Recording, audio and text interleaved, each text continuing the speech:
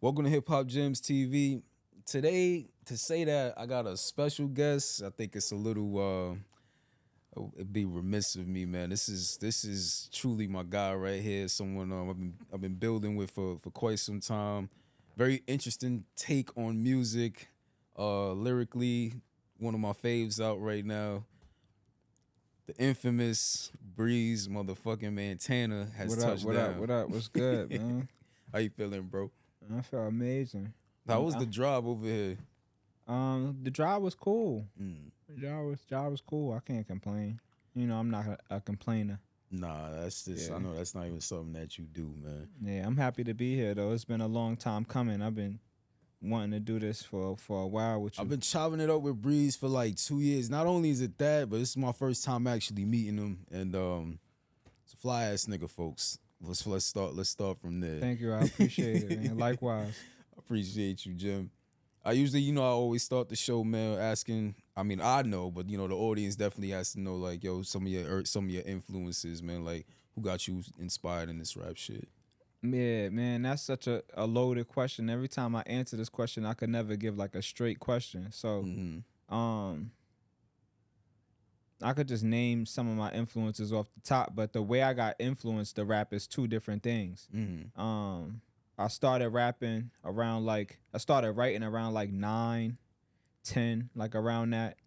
Um, I took a trip to Pete Rock's house with my stepfather at the time, who was one of his closest friends. And that inspired me. Just to give you the short version, took a trip with him to Pete Rock house out in Spring Valley, New York, and just that visit that day changed my life and made me want to rap. I got some CDs for Christmas that also inspired me to wanna rap. Um, Confessions of Fire, Mm. DJ Clue the Professional Part One, Big Pun Capital Punishment, and Fat Joe Don Cartagena. And my stepfather, my sister's father, he used to be in the industry and he used to get like um the free CDs from the labels. So Mm. he'll go to Atlantic or whatever and he gave me those for Christmas as a Christmas gift. And those is the albums that I was listening to that, you know what I'm saying, made me wanna like really, really start rapping or whatever. But my influences is I got a wide variety of influences. Mace, Cam, um, Hove, of course. Yeah, no, I was waiting for you to Um, say, "Oh." Pun is one of my biggest influences of rapping. Mm. Shit, Cannabis, Nas. Hmm. Man, everybody that was nice. I During that listened to time. everybody that was nice. You know what Mm. I'm saying? Mm. Everybody. As I got older or whatever, I tapped in with things that I might have not had heard when I was younger. Like when I was in my late teens, I started tapping in with like America's Most Wanted, Ice Cube, and you know what I'm saying, Death Certificate and things like that. Like going deep into like NWA and but my influences is um I guess a wide variety of influences, but who people compare me to or you know what I'm saying liking me to Mm. is like AZ and Hove and Nas and people like that or whatever. I don't think I sound like them or whatever, but people, There's an influence there though. The yeah, AZ thing is actually new. I yeah. ain't never. I get I don't that think I one. told you I that. get I get AZ, I get Big L a lot. I don't hear it or whatever, but Mm. you know, I guess it comes from where what people like Mm. and what they listen to, um, and some of their favorites and pieces of me that they see from those people or whatever. I guess it is.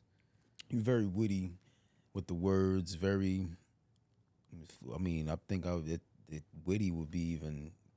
I don't even know if I would even call that even witty, man. Like so like yo having because I be talk. I literally talk to this nigga just about like every day. So like yo, listen, Yeah. having him sit here and like having to conduct an interview with him is actually interesting, but. Breeze no, and this is something that I'ma just say like nigga, I don't There's no one listen to Breeze. Yeah. There's no okay, especially shit you be sending me. So there's Yeah. nothing that I'm gonna listen to and be like, oh, all right, let me listen to that one time. Your shit is loaded, nigga. So, Yeah. pause. Yeah. How did your writing style come about? How would you say you came up with wanting to be that style of a rapper? I could probably say just from some of the people that I was listening to, like Mm, being like a fan of Hove or whatever, being like a fan of like Nas, certain people like the spitters, but more so like I could liken that a lot to like what Hove does or whatever as far as like triple entendres and triple like entendres. compound Mm, like rhyming and things like that or whatever, like compound metaphors and things like that or whatever, like um I maybe he had to influence it or mm, whatever, but it just comes from listening to dudes like that was really really rapping, you know what yeah. I'm saying, like, and really like making you like what did he say, or you finding out like what that meant later on, you know what I'm saying, like it's like the gift that keeps giving, you know what I'm saying, it's like the Easter egg, like, Mm. you And know what I'm saying. along with a lot of your personal experiences that you mix in with that Yeah, of your course. storytelling. Yeah, of course. But a lot aside from that, like I come from battle culture. Mm, Like when I was younger, um, early teens. I think my last battle was I might have been like 18 or something like that. Maybe like mm. yeah, like That was in Mount Vernon. my last battle, my last I'll say my last big battle was in Mount Vernon. Was that the one you told me about with Pro? Nah. Okay. That that might have been my last battle, but that Okay. wasn't like a big one. It was with Pro. It was Mhm. just me, him. Shout out Pro Dillinger. Yeah, shout out Pro Dillinger. It was just me, him, his cousin. That was Mm. my man, and another guy there, whatever. I forgot who else was there, but it was like four of us. It wasn't we was in the back of a apartment complex. It wasn't like too much of a big crowd. But my last big battle where like damn near the whole hood was out, like probably like 200 people in front of a elementary school, like yeah, that was when I was like 18 or whatever. That's fire, bro. Yeah. Breeze is, as he say, Breeze being from Breeze is from Mount Vernon. As you know, a lot of us know it's a lot of spitters coming from Mount Vernon. You being one of them, you carving out your own niche, you carving out your own lane. This is shit I tell you all the time, literally, bro. It's like he's an artist who is very, very different. And when you listen to him, again, like I said, there's no one side. There's no okay, excuse me, there's no one listen with Breeze, man. You too greedy. Yeah. Too greedy dropped. Loaded project for me.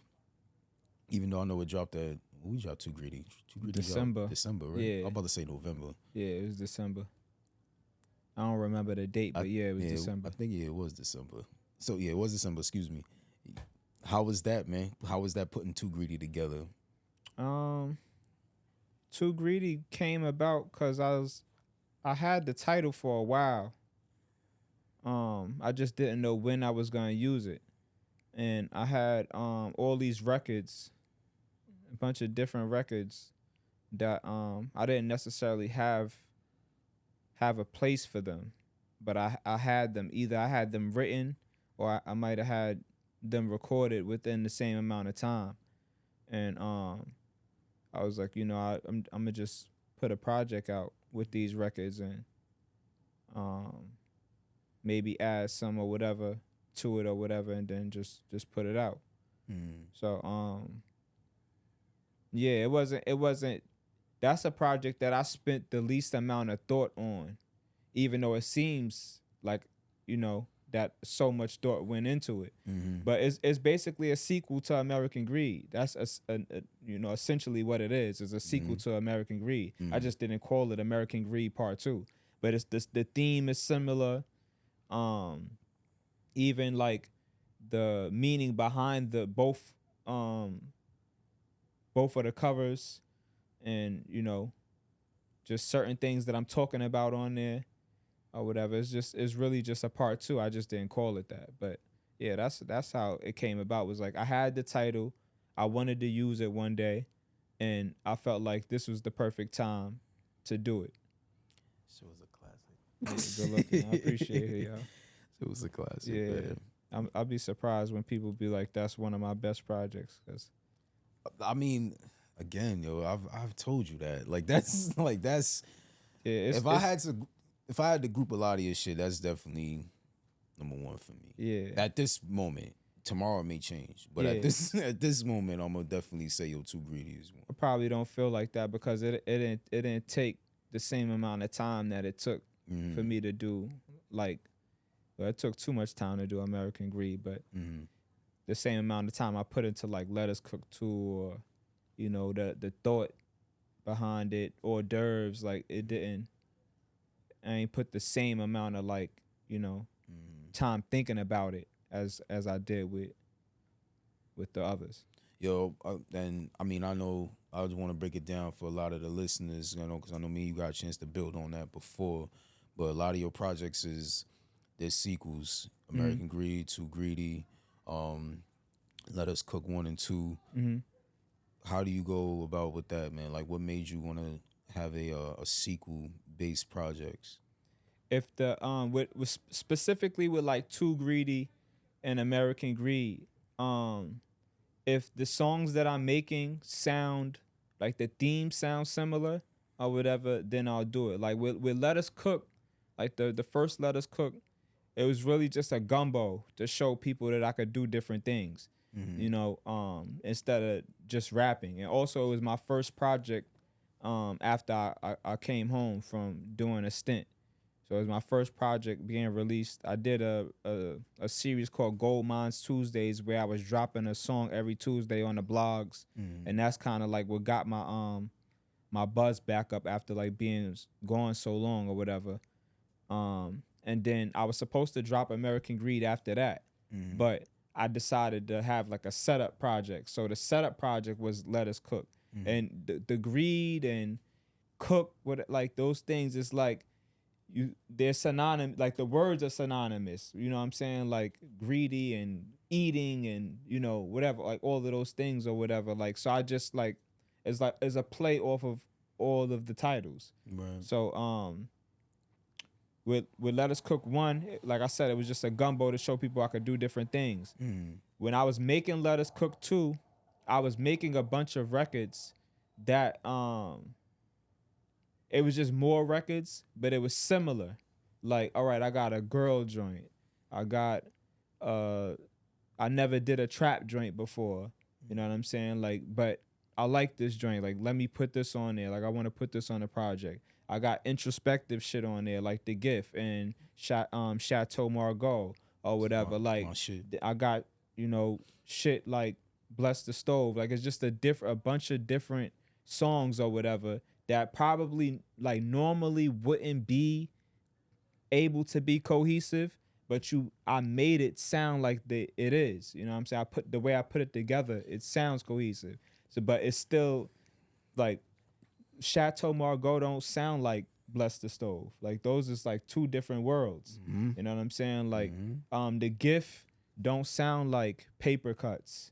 You know what I'm saying? Like just all of those just different types of records, but I'm still being myself and still offering my story and things like that or whatever. So that's where it comes from, like where I decided to. It's just like, all right, the records sound, it reminds me of this, then I'm not gonna call it necessarily. I might not just Let Us Cook 2 is my first sequel. Okay. You know what I'm saying? Like from a series. And I wanted to actually make Let Us Cook like a brand or whatever, the way I could continue to make Let Us Cooks, and it turns into other things. Like I could do like many things with it. I won't say on camera or whatever the things that I plan to do with it or whatever, but it could be many things. But yeah, like that's how I basically decided, like, all right, I'm gonna do another one just from the music tell me. Like right now finishing A Quiet Taste. A Quiet Taste reminds me of hors d'oeuvres, but it doesn't sound like hors d'oeuvres. It sounds like an updated version of hors d'oeuvres. It's different, but it's similar at the same time. Like if you listen to hors d'oeuvres and then you listen to A Quiet Taste, they don't sound alike, but they're in the same vein. Like they could be a part of the same movie franchise. Got you. Got you. And your breakdown on that was not only for me, made me want to go back and, like, once I leave here, listen to it again.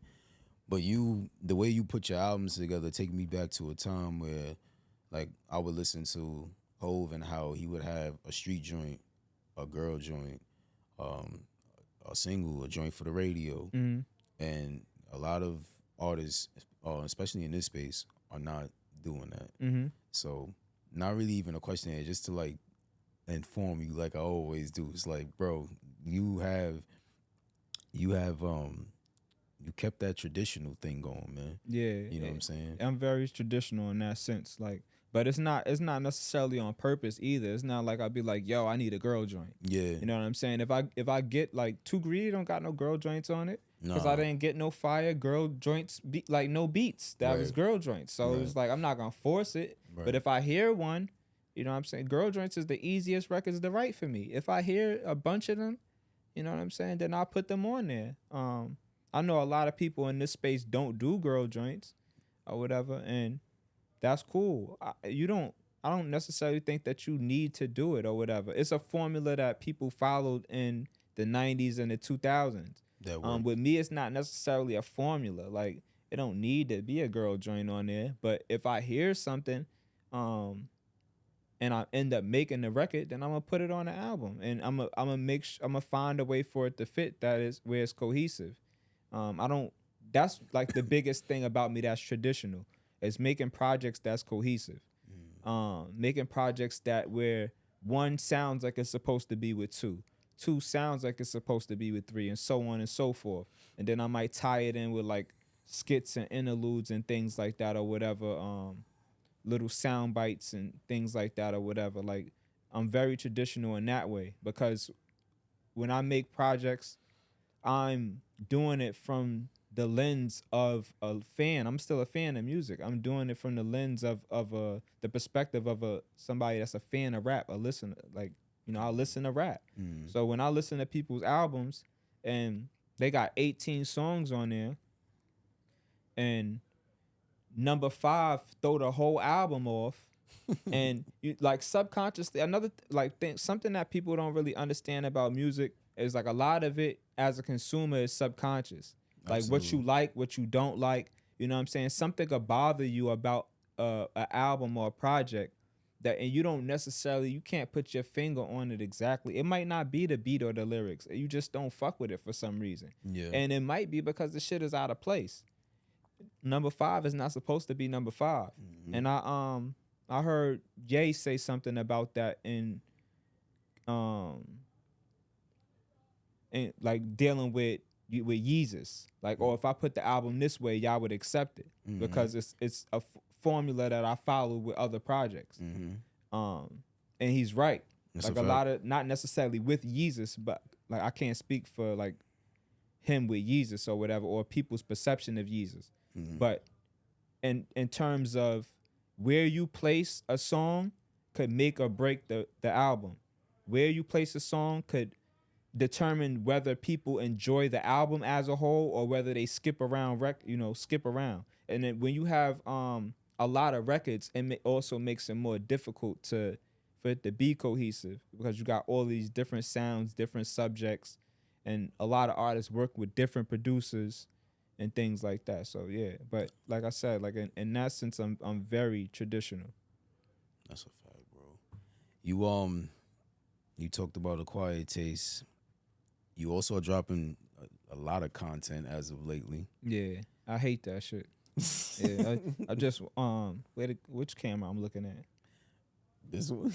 Yeah, like y'all see me dropping content, just know, you know what I'm saying? Like, you know this because we talk. Yeah. I don't like the internet, y'all. I don't come from that. I don't like the internet. Breeze, man, you The internet, can't, you can't be like that. the internet is a tool to use to further myself and to let people into like a little glimpse of my life or whatever, so they could circle back to what I'm doing with the music.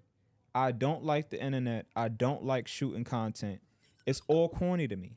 It's lame. That shit putting me putting a camera on myself and talking or whatever. That's why I don't get on live and just be chatting and just get like, you know how some niggas get on IG and just start talking in the camera about however they feel or trying to give game to niggas, and like that shit lame to me.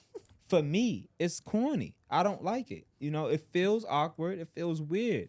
But I understand what comes with this game, and I'm a student of the game, and I also understand there's certain things that you have to do in order to be a part of what's going on. You know, there's changes that you got to make, and I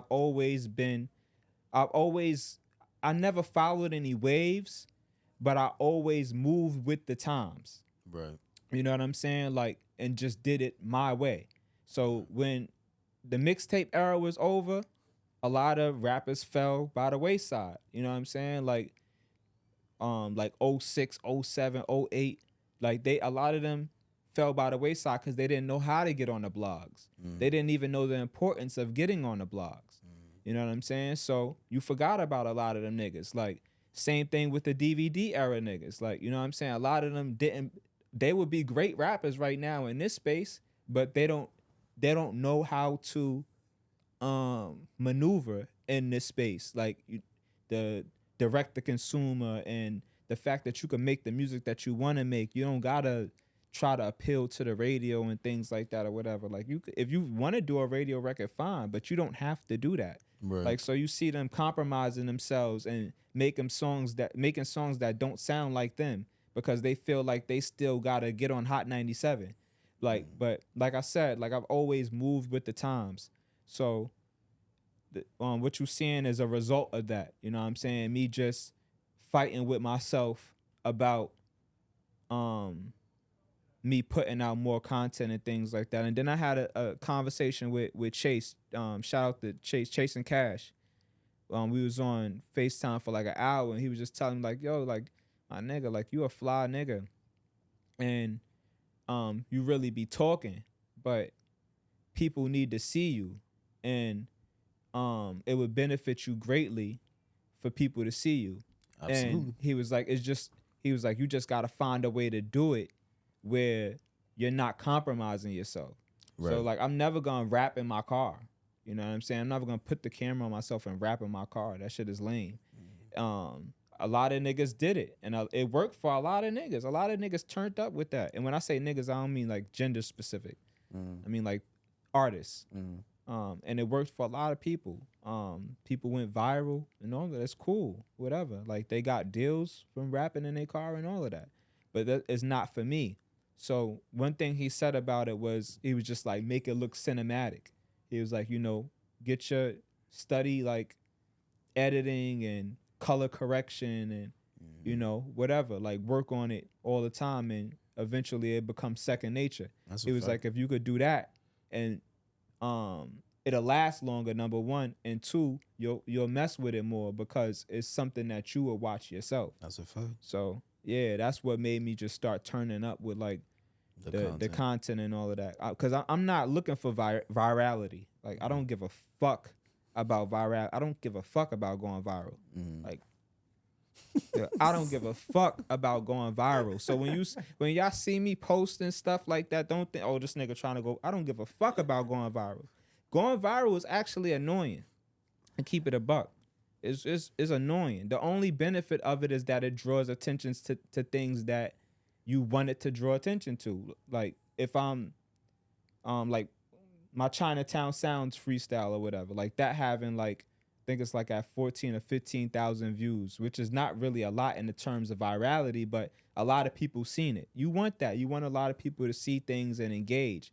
But I'm not looking for, you know, the TikTok viral moment or anything like that. That's not the reason for posting content. It's just basically for you to circle back around and check out the music if you haven't heard it before, or make you go back to the music. And I also noticed once I started posting more that my streams go up, my listeners go up. Okay. Like the more like and you add that with like running ads and doing marketing and stuff like that, then so something's working. yeah, it's working, because every time I do it, every time I post, when I start posting more, I see the change. Yeah. So, why not do it? But like I said, this is not the first time I'm speaking about it publicly. Everybody that know me know.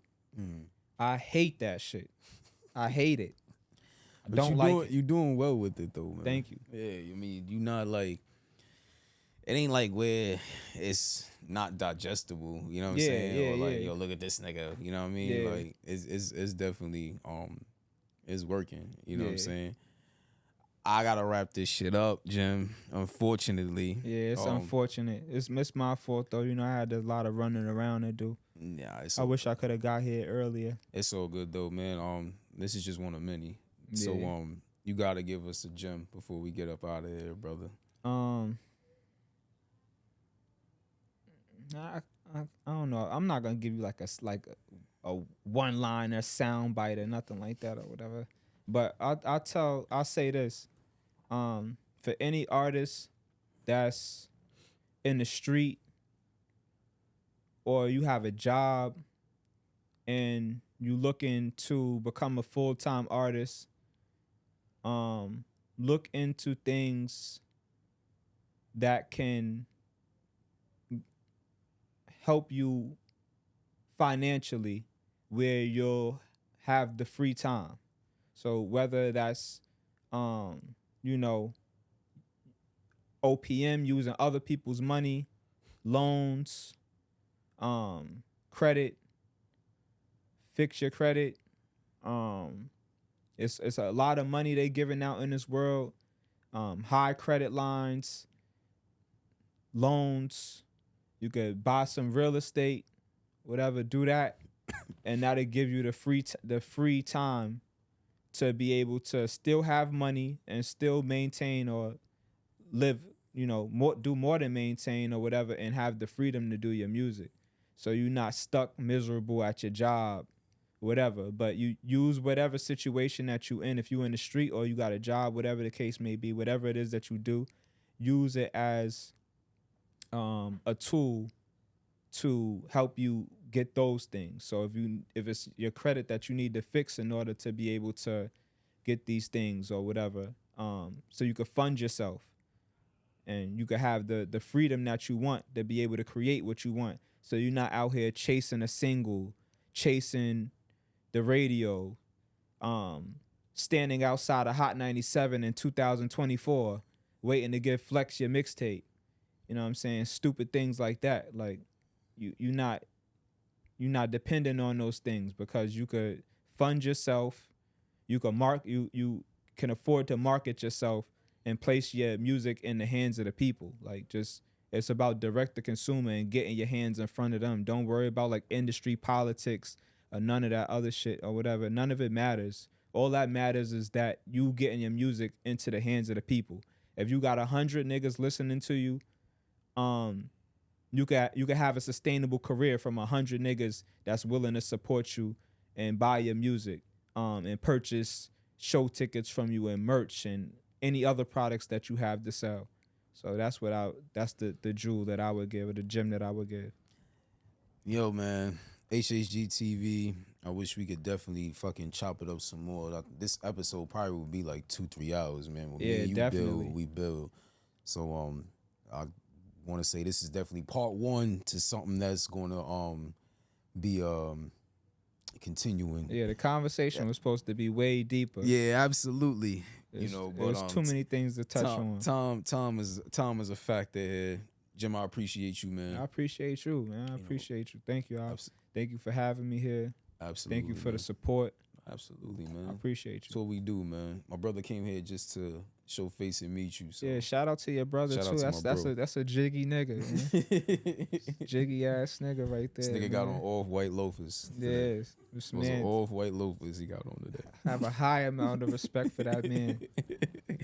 Like, subscribe, HHGTV, Joe, Queens in the building, Mount Vernon in the building, Breeze Mantana on everything. on Acquired everything. taste on the way. Yeah, nigga, we gotta see. Yo, let me get up out of here for this camp. All right, yeah, we on.